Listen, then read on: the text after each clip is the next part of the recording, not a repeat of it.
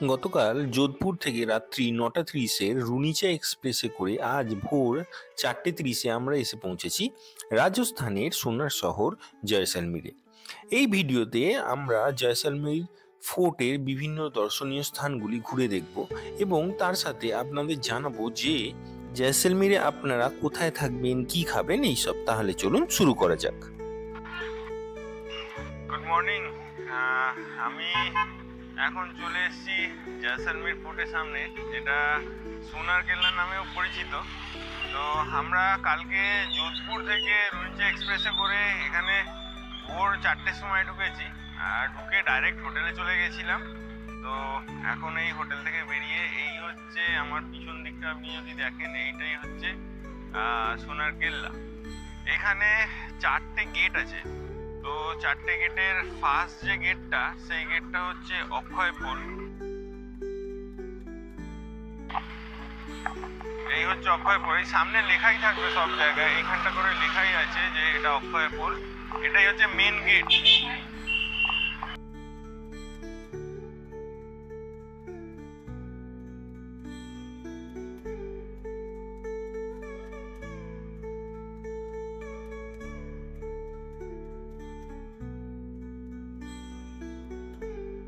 এই ফোর্টটা living fort. Living fort মানে হচ্ছে এখানে এখনো মানুষজন কিন্তু বসবাস করে, রাজা এবং প্রজা একসাথে বসবাস করে এখানে।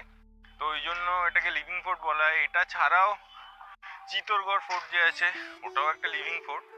তো এখানে যদি দেখাই, এইটা হচ্ছে রাজার প্যালেস। আমার পিছন দিকে দেখুন, এই যে উঁচু জায়গাটা দেখতে পাচ্ছেন, এটা হচ্ছে রাজার প্যালেস। আর সাথে সাথে একদম পাশেই দেখুন কত দোকান। মানে এই জায়গায় নর্মাল মানুষ বসবাস করছে, তাদের দোকান টোকান আছে। এখানে টোটাল 400টা ফ্যামিলি এবং 4000 মানুষ টোটাল এখানে বসবাস করে। তো চলুন ধীরে ধীরে এগিয়ে যাই। দারুণ লাগছে।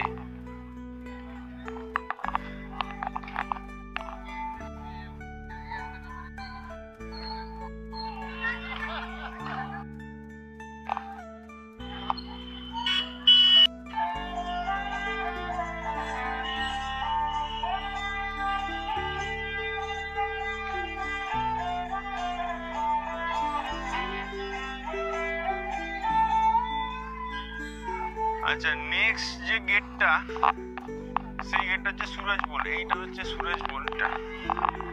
এই গেটে এই যে এইগুলো দেখছেন, এগুলো করা হতো কারণ যাতে হাতি দরজাটা না ভাঙতে পারে, সেই জন্য। এবং রাস্তাগুলো দেখুন কত সরু সরু, যাতে শত্রুরা একসঙ্গে ঢুকতে না পারে, ওই জন্য রাস্তাগুলো এরকম শুরু করা হতো।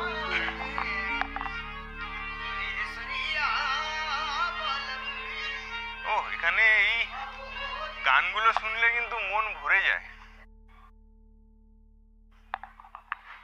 এই জায়গাটা দেখুন একবার, এইখানটা কতটা ইনক্লাইন, তার সঙ্গে এই মোড়টা করা আছে, এবং মোড় জাস্ট পেরোলেই এইখানটা হচ্ছে দরজা। মানে এইগুলো করার মেন কারণটাই হচ্ছে যাতে শত্রুরা ডাইরেক্ট ছুটে এসে না ঢুকতে পারে। তো এই দরজাটা হচ্ছে গণেশ পোল। এটা হচ্ছে 3rd দরজা। আমরা গণেশ পোলে চলে এসেছি।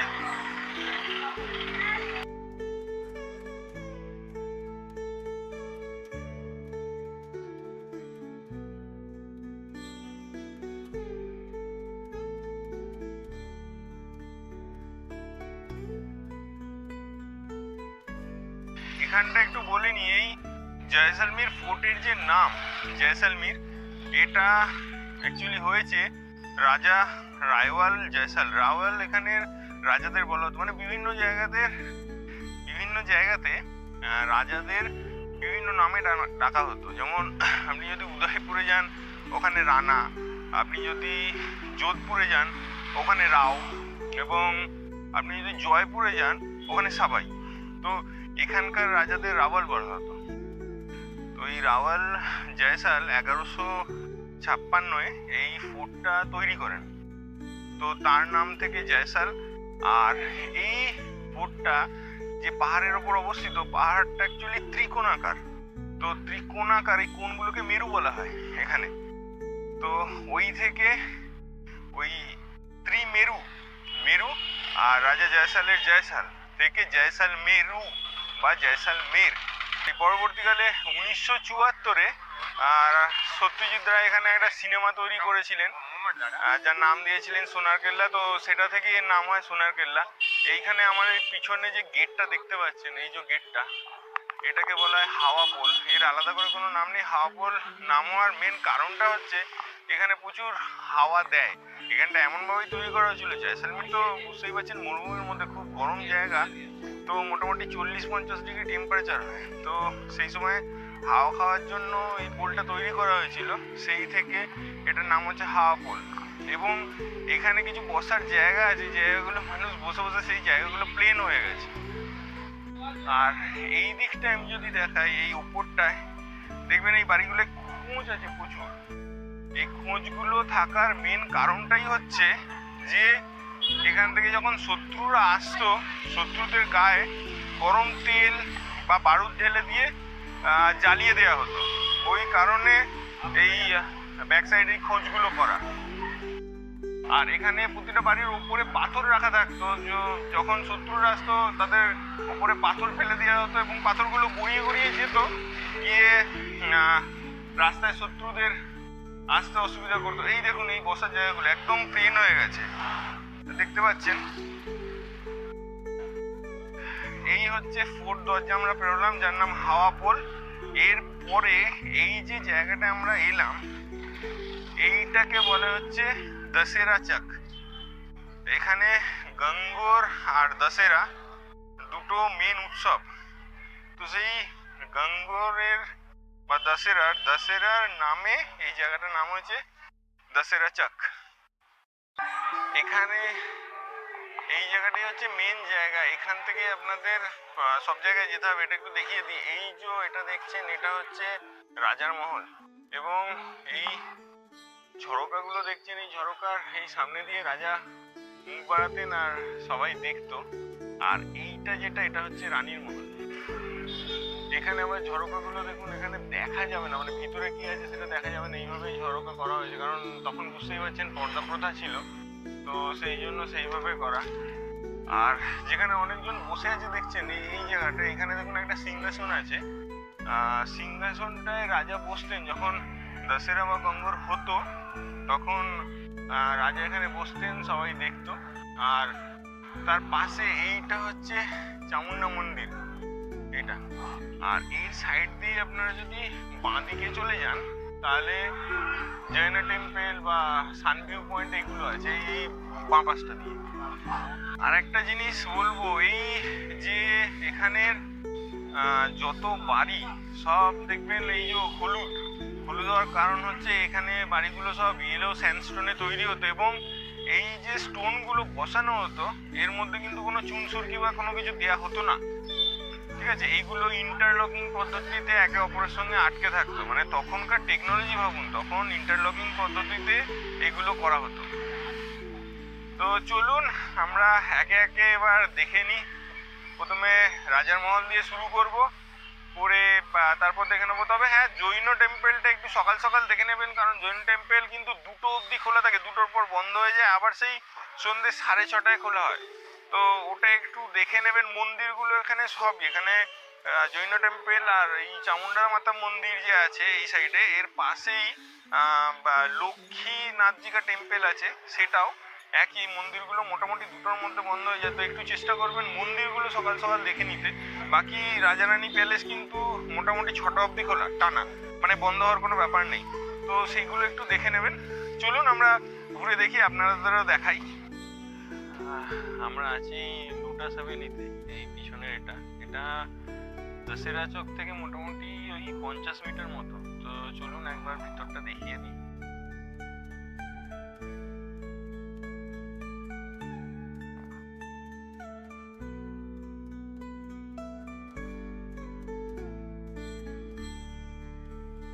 এখানে একটা রুফটপ রেস্টুরেন্টও আছে, আমরা ওটায় যাবো।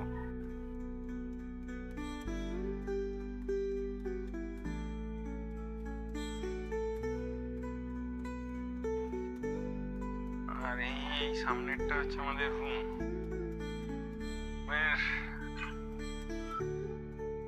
ভিউটা একবার খালি দেখুন।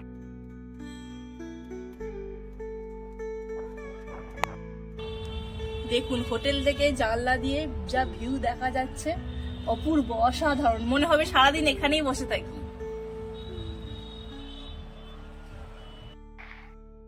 আমরা এই হোটেলে ঢুকলাম। স্টেশন থেকে হোটেল বেশি দূর না, মোটামুটি 5-10 মিনিট টাইম লাগে। তবুও রাতে এসেছি তো, রাস্তা পুরো ফাঁকা ছিল, সেই জন্য। নাহলে ফোর্টের মধ্যে ঢুকতে কিন্তু বেশ ভালোই টাইম লাগবে, কারণ ফোর্টের যে রাস্তা খুব সরু আর উঁচু আর কি। তো আপনাদের একবার হোটেলটা আমি একটু দেখিয়ে দিই, মানে হোটেলের রুমটা। আমরা এখন আছি হচ্ছে হোটেল লোটাস হাভেলিতে, একদম ফোর্টের মধ্যেই। তো রুমটা একটু দেখে নিই।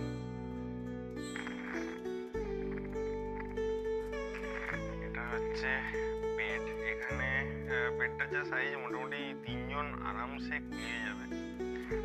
আর এই দেয়ালগুলো যে দেখছেন, এগুলো হচ্ছে জয়সালমেরের সেই স্পেশাল, মানে সোনার কেল্লার যে আর কি দেওয়াল, সেই ইয়েলো স্যান্ডস্টোনে তৈরি দেওয়াল, একদম সেই দেওয়ালই।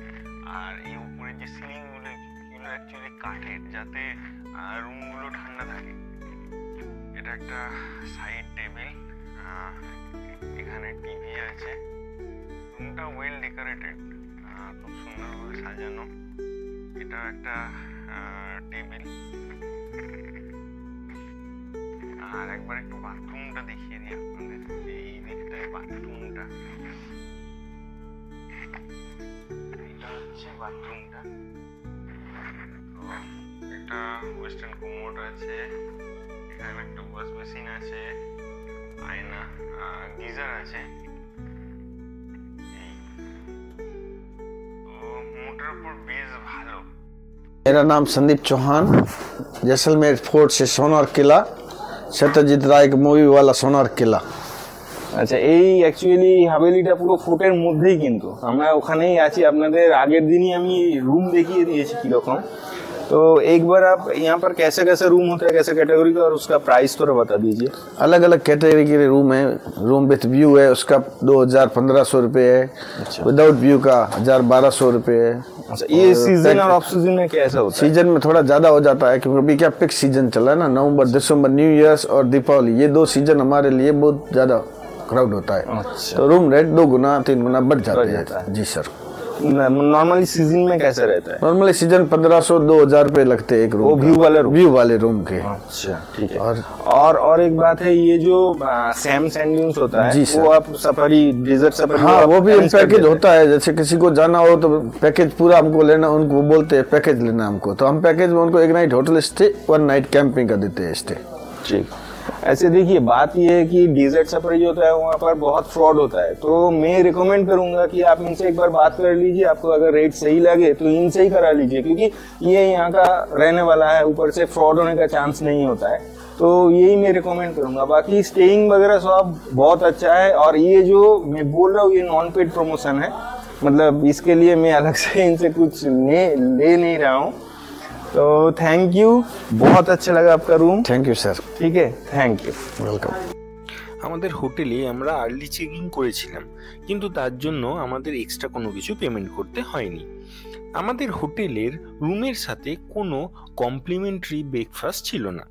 ফোর্টের ভিতরে রেস্টুরেন্ট একটু বেশি এক্সপেন্সিভ, তাই ফোর্ট থেকে বেরিয়ে আমরা সকালের ব্রেকফাস্ট সেরেছিলাম এখানকার লোকাল স্ট্রিট ফুড ডাল পাকওয়ান দিয়ে।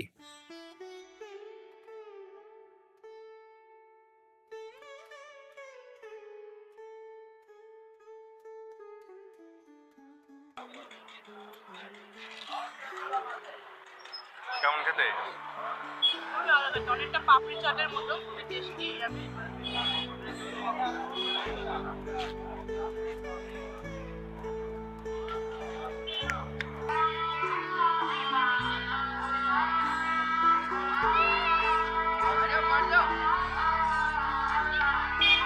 আমরা এখন চলে এসেছি এই রাজার মহলে।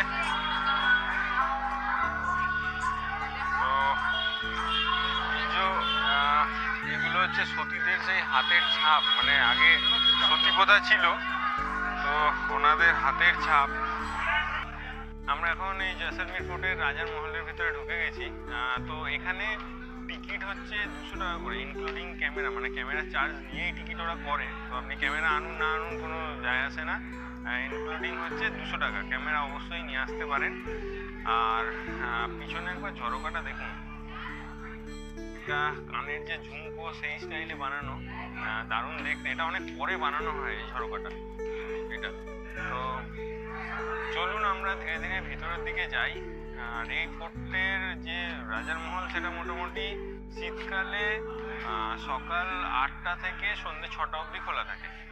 তো চলুন আমরা রাজার মহল দেখে নেবো, তারপর রানীর মহল দেখে নেবো। এখন আমরা চলে এসেছি অস্ত্রাগারে।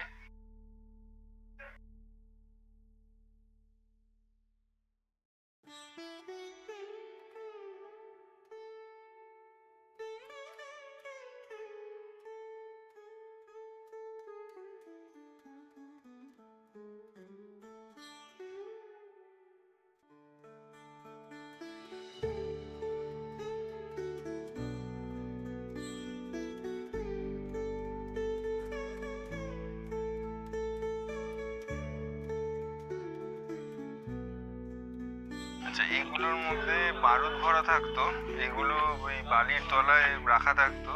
এর মধ্যে হাতি যখন যেত, হাতি ওটায় পা দিলে এটা বাস্ট করে যেত।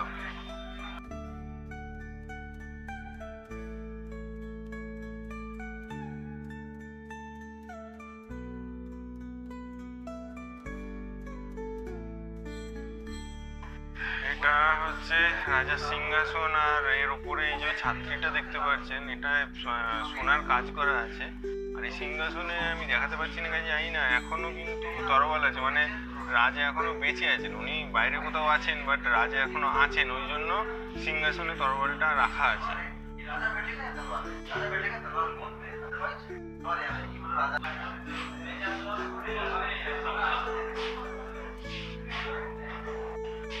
এই জায়গাটায় রাজা বসতেন। এই দেখুন সাইডে আরো চেয়ার টেয়ার দেওয়া আছে। তো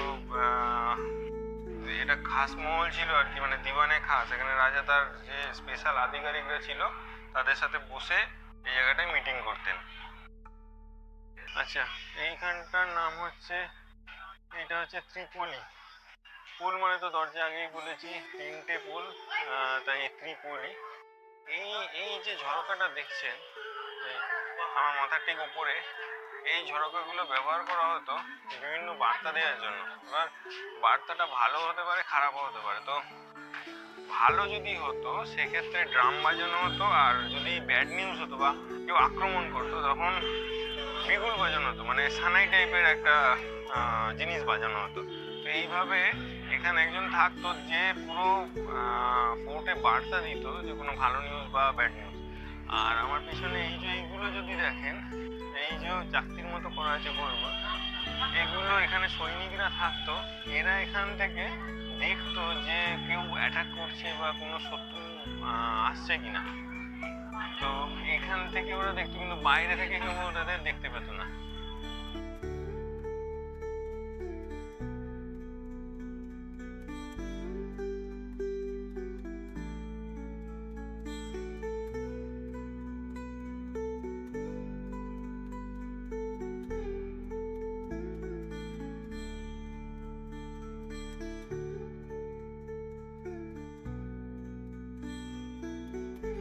আচ্ছা, এটাই হচ্ছে ত্রিপলি, মানে 3টে দরজা। এখানে খুব সুন্দর হাওয়া দিত। তো এখানে যারা থাকতেন, রাজা রানী এবং তার ফ্যামিলি পার্সনরা, তারা হাওয়া খাওয়ার জন্য এখানে আসতেন।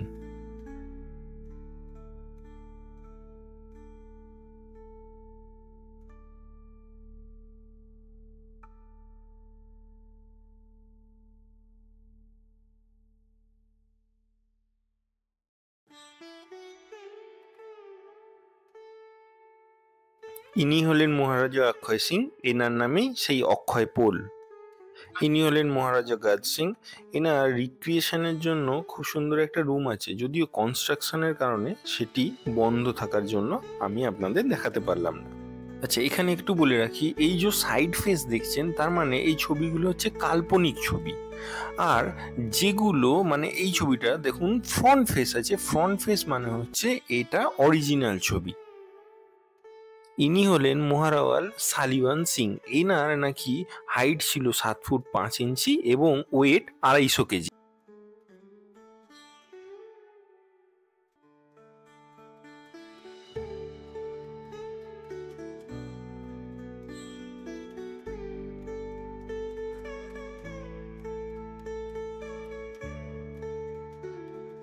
এই ঘোড়াটা এটা ফার্স্টে বাচ্চাদের যারা মানে রাজা হতেন, রাজ পরিবারের যারা সন্তান মানে রাজপুত্র, তাদের এই ঘোড়ায় প্রথমে প্র্যাকটিস করানো হতো, তারপরে বড় ঘোড়ায় চাপানো হতো। আর এখানে প্রচুর ছাত্রী দেখা আছে, এগুলো হাতি বা ঘোড়ার পিঠে চাপানো হতো এগুলো। এরপরে আমরা যে রুমটিতে চলে এসেছিলাম সেখানে বহু প্রাচীন বিভিন্ন দেবদেবীর মূর্তি রাখা ছিল। এটি রামচন্দ্রের মূর্তি, ইউনিক কারণ এখানে রামচন্দ্রের গোপ ও দাড়ি আছে।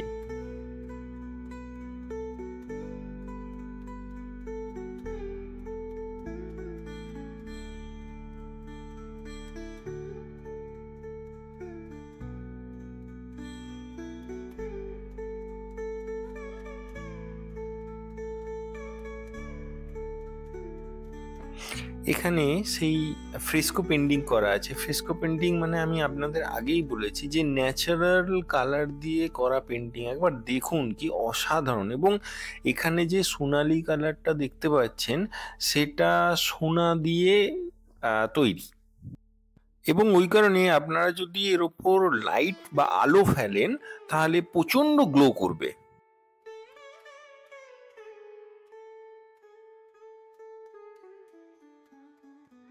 এটি মহারাওয়াল সালিভান সিং এর ড্রেস, যার ওয়েট 250 কেজি এবং হাইট 7.5 ফিট। ড্রেস থেকেই ওনার দেহের আকার আন্দাজ করা যায় যে কি সুবিশাল ছিলেন উনি। এবং এখানে এই যে সাইডে টাইলসগুলো দেখছেন, তখনকার সময় এই টাইলসগুলো বেলজিয়াম থেকে আনানো হয়েছিল। এখন আমরা চলে এসেছি এই রাজার মহলের যে ছাদ, ওখানে আমার পিছনে আপনারা দেখতে পাচ্ছেন কিনা আমি জানি না, এই যে ফ্ল্যাগটা উঠছে এর মানে হচ্ছে এখানে রাজা এখন আছে। তো এত রোদ পড়ছে আমি কিছু দেখতে পাচ্ছি না। তো এই হচ্ছে ব্যাপার। আর এখান থেকে পুরো 360 ডিগ্রি একদম পুরো জয়সালমীর দেখা যায়। তো আপনারা অবশ্যই ছাদে আসবেন, আমি রেকমেন্ড করবো। গরমে এলেও খুব সুন্দর হাওয়া দেয়, দারুণ জায়গাটা। আমি দেখুন একবার এই চারিদিক থেকে পুরো শহরটা দেখা যাচ্ছে, দেখুন পুরো জায়গাটা দেখা যাচ্ছে। এদিকে ওই মন্দিরগুলো, মানে এইখানে যে আমরা জৈন মন্দির দেখেছিলাম এইগুলো হচ্ছে জৈন মন্দির। এদিকে সব ফোর্ট। এই যেগুলো দেখছেন এগুলোকে বুর্জ বলা হয়। তো এখন এগুলোয় মানে সাধারণ মানুষের বসবাস, সেক্ষেত্রে মোরলে সবাই ওই রেস্টুরেন্ট করে নিয়েছে বা হোটেল করে নিয়েছে। মানুষ থাকে এখানে, মানে টুরিস্টরা আসে এখানে থাকে, এই হচ্ছে ব্যাপার। এখান থেকে পুরো মরুভূমিটা দেখা যাচ্ছে। এই যে এই সাইডটা আমি দেখাতে পারছি কিনা জানি না, তো পুরো মরুভূমির রেঞ্জটা এখান থেকে দেখা যাচ্ছে। দারুণ লাগছে, দারুণ অসাধারণ দেখতে। এখানটা একবার দেখুন, আমরা এইটা দিয়ে এলাম, ঠিক আছে, এটা হচ্ছে অক্ষয় পোল দিয়ে, এখান দিয়ে ঢুকে এখান দিয়ে এসে এটা দিয়ে ঢুকলাম, এটা হচ্ছে সুরেজ পোল দিয়ে আবার এদিকে, মানে প্রতিটা দরজার সামনে টার্নিং। কিন্তু এই যে এইখানটা দিয়ে আমরা ঢুকলাম এই জায়গাটা দিয়ে, এটা টার্নিং হয়ে সুরেজ পোলের দিকে গেল, সুরেজ পোল থেকে সোজা গিয়ে ওই দিকে আবার টার্নিং হলো দিয়ে ওইটা হচ্ছে গণেশ পোল, ঠিক আছে। এইখানটা হচ্ছে গণেশ পোল, এই জায়গাটা। আচ্ছা, গণেশ পোলের পরে দেখুন এই যে এইদিকে পিলারটা আছে, এর উপরে এই অনেক পাথর টাইপের গোল গোল জিনিস রাখা আছে, দেখতে পাচ্ছেন। এইগুলোর কথাই বলছিলাম, এগুলো ছুঁড়ে ছুঁড়ে মানে রাস্তা দিয়ে যখন শত্রুরা আসতো এগুলো গড়িয়ে দিত, গড়িয়ে দিলে পুরো যেহেতু মানে রাস্তাটা ঢালু, গড়িয়ে গড়িয়ে যেত, ফলে শত্রুরা এলে ওরা আর কি মানে উঠতে পারতো না। আর এইগুলো তো বলেছি যে এটা এই বার্তা দেওয়ার জন্য, এটা যেটা বলছিলাম। ও কি দারুণ লাগছে, দেখুন পায়রাগুলো উঠছে, দারুণ দেখতে লাগছে, অসাধারণ ভিউ, অসাধারণ, মানে কোনো কথা হবে না। সোনার কেল্লা তো সোনার কেল্লাই, দারুণ দারুণ।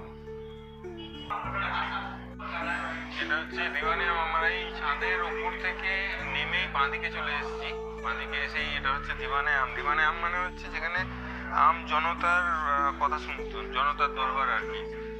এখানে রাজা বসতেন, এই জায়গাটায় রাজা বসতেন, আর এখানটায় বাইরেটা দরবার লাগতো।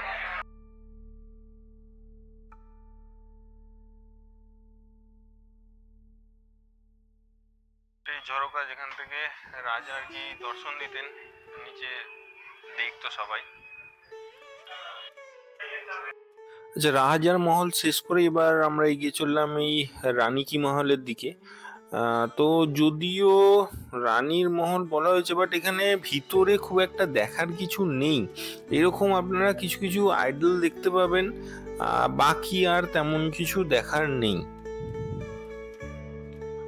এটা জয়সালমীর ফোর্টের একটা ছোট নকশা এখানে করা আছে, আপনারা চাইলে দেখে নিতে পারেন।